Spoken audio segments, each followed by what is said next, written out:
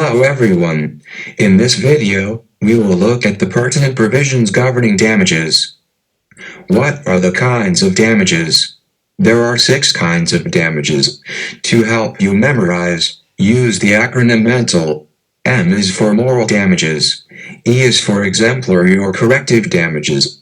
N is for nominal damages. T is for temperate damages. A is for actual damages. L is for liquidated damages. Let's talk about these damages, one by one. 1. Actual damages or compensatory damages are those which may be recovered for pecuniary loss suffered, including profits. Article 2205 provides the following basis for actual damages. 1. Loss or impairment of earning capacity in cases of temporary or permanent personal injury. 2. Injury to the plaintiff's business standing or commercial credit. 2. Moral damages.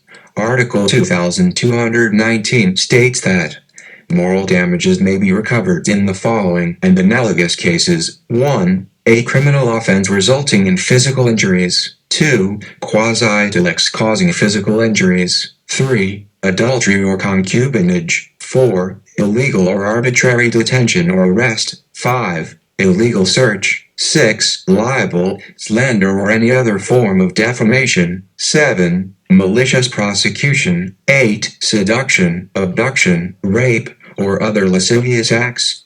The parents of the female seduced, abducted, raped, or abused may also recover moral damages. 9.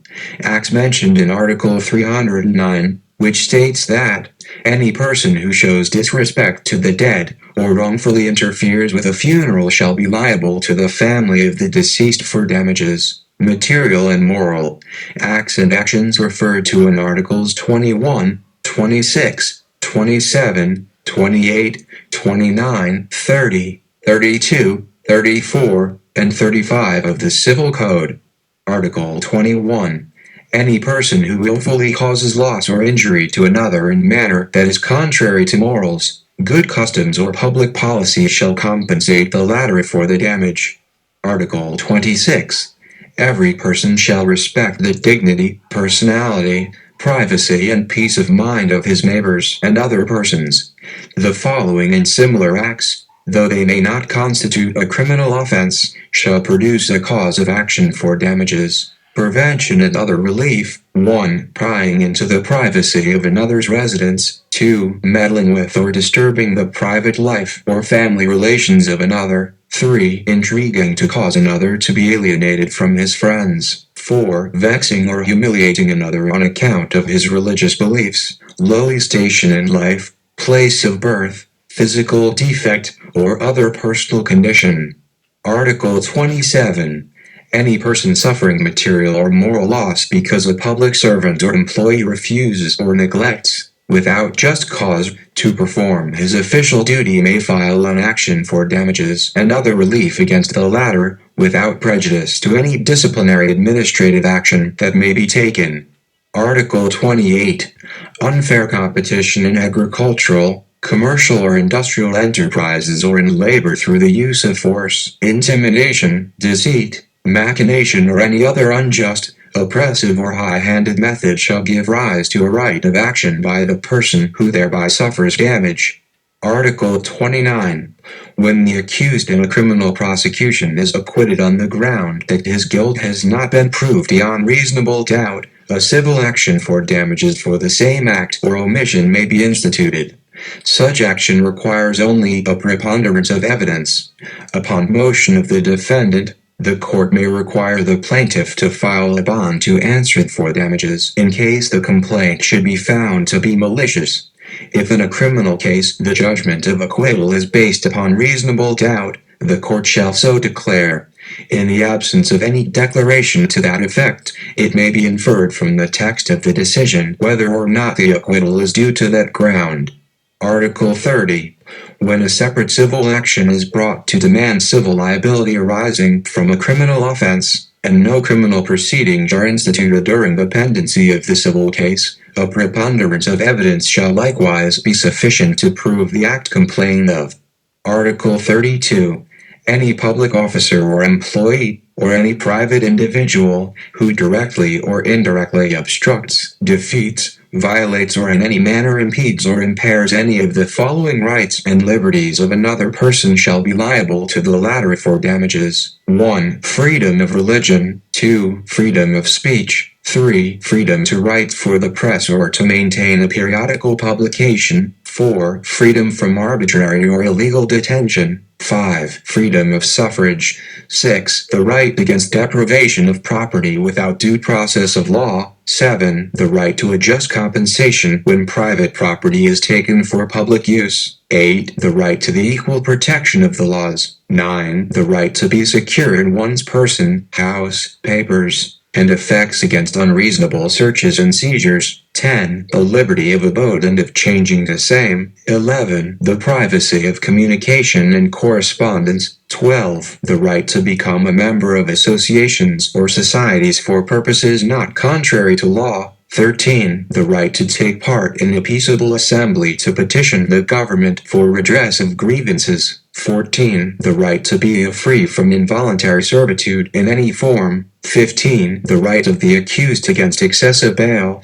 16. The right of the accused to be heard by himself in counsel, to be informed of the nature and cause of the accusation against him, to have a speedy and public trial, to meet the witnesses face to face, and to have compulsory process to secure the attendance of witness in his behalf. 17. Freedom from being compelled to be a witness against oneself, or from being forced to confess guilt, or from being induced by a promise of immunity or reward to make such confession, except when the person confessing becomes a state witness. 18. Freedom from excessive fines, or cruel and unusual punishment, unless the same is imposed or inflicted in accordance with a statute which has not been judicially declared unconstitutional. And 19. Freedom of access to the courts. In any of the cases referred to in this article, whether or not the defendant's act or omission constitutes a criminal offense, the aggrieved party has a right to commence an entirely separate and distinct civil action for damages, and for other relief.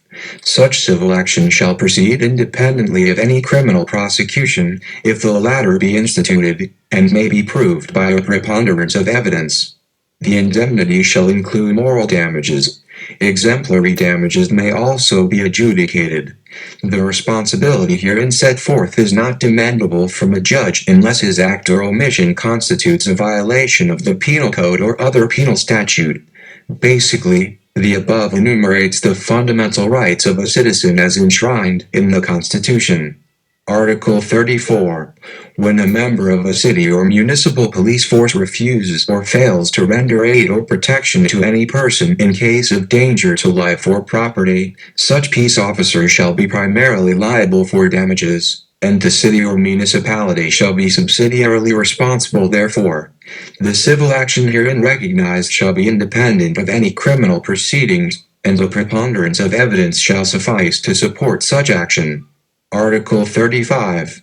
When a person, claiming to be injured by a criminal offense, charges another with the same, for which no independent civil action is granted in this code or any special law, but the justice of the peace finds no reasonable grounds to believe that a crime has been committed, or the prosecuting attorney refuses or fails to institute criminal proceedings, the complaint may bring a civil action for damages against the alleged offender.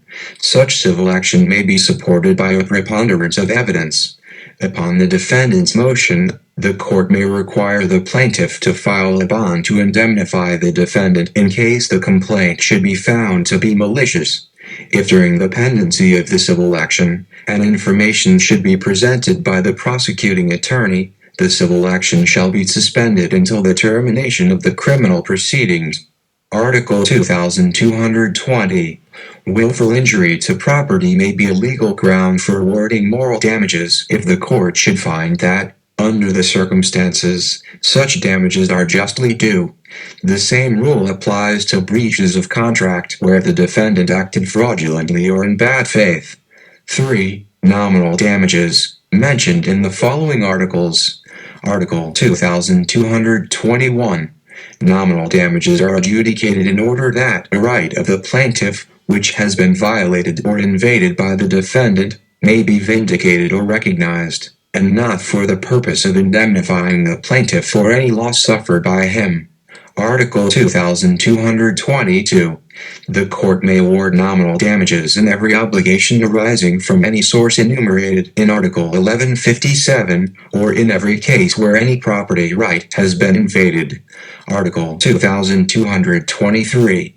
The adjudication of nominal damages shall preclude further contest upon the right involved and all accessory questions, as between the parties to the suit, or their respective heirs and assigns.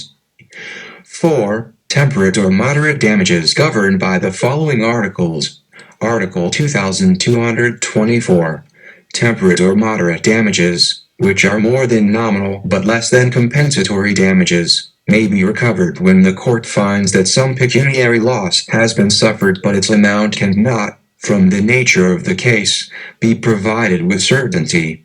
Article 2225.